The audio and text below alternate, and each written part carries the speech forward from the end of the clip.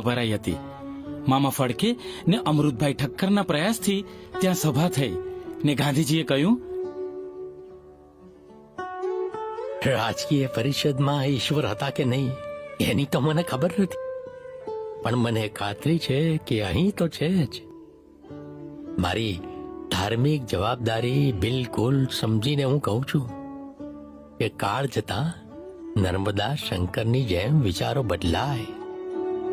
અસ્પૃશ્યતાનું નિવારણ જરૂર છે, કારણ કે જે ધર્મમાં નરસિંહ મહેતા જેવા આદ્ય કવિ થયા હોય એ ધર્મમાં અસ્પૃશ્યતાને અવકાશ ન જ હોય, કદાપી ન હોય. એ અંત્યજનનો મેળાવડો એક ક્રાંતિકારી વિચાર લાવ્યો. શારદાબેન મહેતા અને વિદ્યાબેન નીલકંઠ જેવા સ્ત્રી उत्थान નું કાર્ય. इस वीडियो को लाइक करें, हमारे चैनल को सब्सक्राइब करें